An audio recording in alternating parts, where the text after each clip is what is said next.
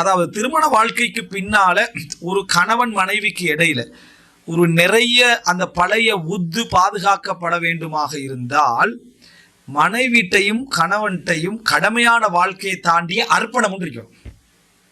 வேற ஒண்ணுமே இல்லை. மனைவிட்டையும் கணவன்கிட்டையும் கடமையான வாழ்க்கையை தாண்டிய ஒரு அர்ப்பணம். அது எப்படின்னா கணவன்கிட்ட மார்க்கத்துக்கு முரண் இல்லாத எல்லா இயல்புகளையும் அப்படியே ஏற்றுக்கிறது. கணவன்கிட்ட மார்க்கத்துக்கு முரணாக இல்லாத அத்தனை இயல்புகளையும் அப்படியே ஏற்றுக்கொள்வது, இதுதான் மிக முக்கியம். அப்படியே ஏற்றுக்கொள்றதெல்லாம் நிறைய நடக்கவே நடக்காது. அதே போல மனைவியுடைய மார்க்கத்துக்கு முரணாக இல்லாத அத்தனை இயல்புகளையும் அப்படியே ஏற்றுக்கொள்றது. இந்த இயல்புகளை அப்படியே ஏற்றுக்கொள்ற தன்மைக்கு பேரு தான் அர்ப்பணமும் அடுத்த பதிவு. அர்ப்பணம் என்ற இங்க தியாகம் செஞ்சா பெரிய விஷயம். தியாகத்துக்கு அடுத்த கட்டமா நம்ம இதை சொல்லலாம். எதை இந்த மாதிரியான நிலை வருது. இந்த நிலைகள் வருமாக இருந்தால் நிச்சயமாக அவங்க அந்த புத்த பாதுகாத்துக்கலாம். அப்படியே ஏற்றுக்கொள்றதுன்னா என்ன, அவங்க ஒரு ஒரு இதை அதை அப்போ ஆயிஷா நாங்கள் சொல்றாங்க, என்ன ஆயிஷாவே ரசூலுல்லாஹி ஆயிஷாவே நீங்க எப்போ என்னோட கோபமா இருப்பீங்க, எப்போ இறக்கமா இருப்பீங்கன்னு எனக்கு தெரியுமன்றாங்க. அப்போ அர்த்தம் என்ன, அப்படியே ஏற்றுக்கினாங்கன்னு அர்த்தம். அப்படியே ஏற்றுக்கினாங்கன்னு அர்த்தம். நம்மளோட மனைவி நம்மகிட்ட கேட்குறா, நான் எப்போ உங்களோட கோபமாகிறேன், எப்போ உங்களோட இறக்கமாகிறேன் நீங்க சொல்லுங்க, எனக்கு வேற வேலைக்கு விளங்கிட்டா இந்த கேள்வி இது போல கேட்டப்படாது. நம்ம அதை க்ளோஸ் பண்ணி கோபமா இருந்தா என்ன, இறக்கமாயிருந்தா எனக்கு என்ன தெரியும், பெரிய கோபம் எதையாவது தட்டிட்டு போயிடும் அப்படின்னு அர்த்தம் என்னன்னா நம்ம அப்படியே ஏற்றுக்கல. நான் இது பிள்ளைன்னு சொல்ல வரல, நம்ம இதை அப்படியே ஏற்றுக்கலன்னு அர்த்தம். ஒன் சைடா இதை எதிர்பார்க்கவுமேலாம்.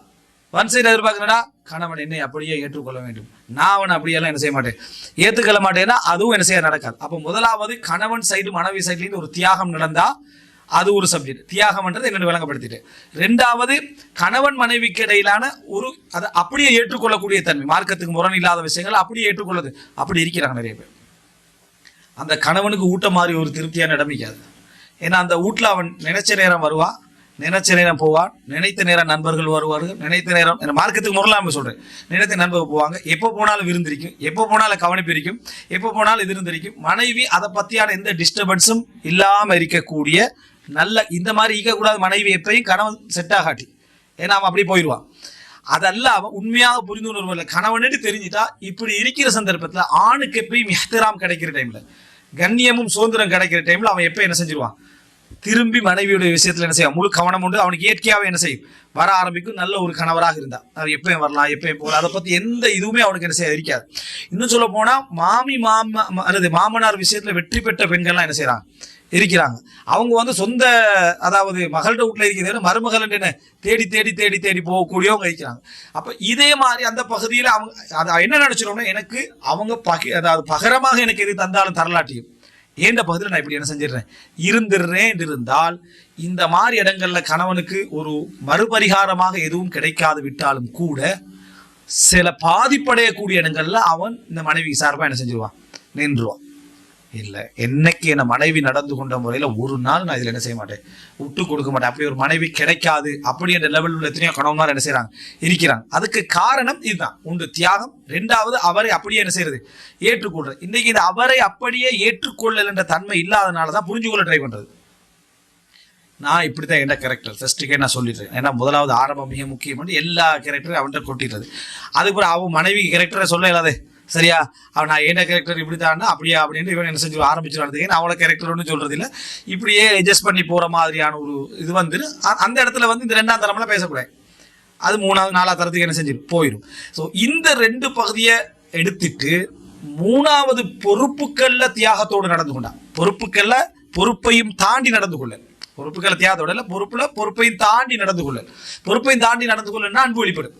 அது என்ன செய்யும், முழுசா வெளிப்படாட்டி அன்பு வெளிப்பட ஆரம்பிக்கும். இந்த மாதிரி ஒரு விஷயத்த நடக்கிற சந்தர்ப்பத்துல இது ஒரு ஒரு ஒரு அந்த கணவன் மனைவிக்கு இடையில உள்ள அந்த ஈர்ப்பையும் அந்த பழைய கால அந்த நிலைகளையும் சரியான முறையில பாதுகாத்துட்டு போறதுக்கு வரும். எவ்வளவு பாதுகாத்துட்டு போறதுக்கு வந்தாலும் பழைய பைத்தியம் வராது. அது நல்லா தெரிஞ்சுக்கணும். ஏன்னா சிலருக்கு இவ்வளவு செஞ்சாலும் இல்லை, நீங்க அந்த முந்தி மாதிரி இல்லை அப்படின்ற ஒரு சப்ஜெக்ட் ஒன்று இருக்கும். நினைட்டா அலாம் அதாவது அலாம் குலக்குமார் ரெண்டு பேரும் வாழ்ந்துருப்பாங்க ஒவ்வொன்றுக்கும். அந்த மாதிரி வர வாய்ப்பு இல்லை. ஏன்னா மூளைக்குமே மூளை வேலை செஞ்சுக்கிட்டு இருக்கும். மூளை வேலை செஞ்சுட்டு இருக்கிற டைம்ல இந்த சப்ஜெக்ட் வரவே வராது. எவ்வளவு நிலைமைக்கு இருந்தாலும் சரி, ரசூலுல்லாஹி ஸல்லல்லாஹு அலைஹி வஸல்லம் அவங்க அதை நினைச்சுக்கிட்டு ஆயிஷா எல்லாம் முடிக்காமிக்கலே ரைட்டா? உண்மையில இவங்க சொல்ல மாதிரியான ஒரு கிறுக்குத்தனமான காதலா இருந்தா ஆயிஷா ரசூலா முடிச்சிக்க மாட்டாங்க. ஆயிஷா ரதியல்லாஹு ரசூலாங்க முடிச்சிக்க மாட்டாங்க. இது ஹதீஜா போன உறவு அவ்வளவுதான், முழு சிந்தனையுமே எனக்கு அவங்களோட தான் அப்படின்னு நின்றுப்பாங்க. ரசூலாங்க அதுக்கு பிறகு என்ன செய்யறாங்க, 10 திருமணங்கள் என்ன செய்யறாங்க ரசூலாங்க முடிக்கிறாங்கன்னா அந்த அந்த என்ன சொல்றது ஒரு புத்திகட்ட தன்மை இருக்கல. அப்ப எனவே திருமணத்துக்கு பிறகு யாராவது பழைய நிலைகளை நமக்கு மத்தியில பாதுகாத்துக் கொள்ளணும்னு விரும்பினா, நம்ம இந்த செய்திகளை பார்க்கிற விஷயம் பொறுப்பு உணர்வையும் தாண்டி பாதுகாத்துக் கொள்ளணும்னு விரும்பினா முதலாவது தியாகம்.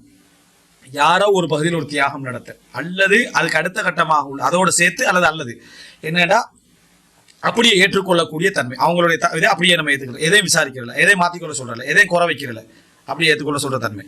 மூணாவது பொறுப்பையும் தாண்டிய ஒரு பொறுப்பை தாண்டி பொறுப்பு என்ன, நம்ம இவ்வளவு செய்ய வேண்டிய, ஆனால் அதை தாண்டி நம்ம என்ன செய்யறது செயல்படுறது. அது காலப்போக்கில் என்ன செய்யும்னா ஒரு தூளுல் முலாசமா ஒருவருக்கொருவரே அப்படி இருந்ததுனால அந்த ஒரு நிலைமை அதை என்ன செய்யும் கொண்டு வந்து சேர்க்கும். இதை நம்ம புரிஞ்சுக்கொண்டு இன்ஷா அல்லாஹ் இந்த குடும்ப வாழ்க்கையுடைய விஷயங்களை ஒரு சிறப்பான ஒரு நிலைக்கு அல்லாஹ் தஆலா கொண்டு போவதற்கும், காதலை சிறப்பான முறையில் புரிஞ்சு கொண்டு அதை எங்கே அது இல்லாமல் போகுது, அது எப்படி சரியான வழியை அடைகிறது, அந்த சரியான வழியை திருமணத்துக்கு பின்னால் நம்ம எப்படி பாதுகாக்கிறது என்பதை புரிந்து கொள்ளுக்கு உதவும் இன்ஷா அல்லாஹ். இதுக்கு அடுத்ததாக காதல் ஏற்படுத்தக்கூடிய மோசமான ஒழுக்கங்கெட்ட விளைவுகள் உண்டு இந்த விபச்சாரம் என்ற பகுதி.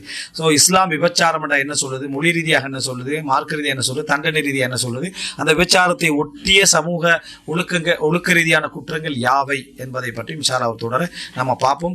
அதுக்கு பிறகுதான் நம்ம அக்குதுனிக்கா செய்வோம். சரியா?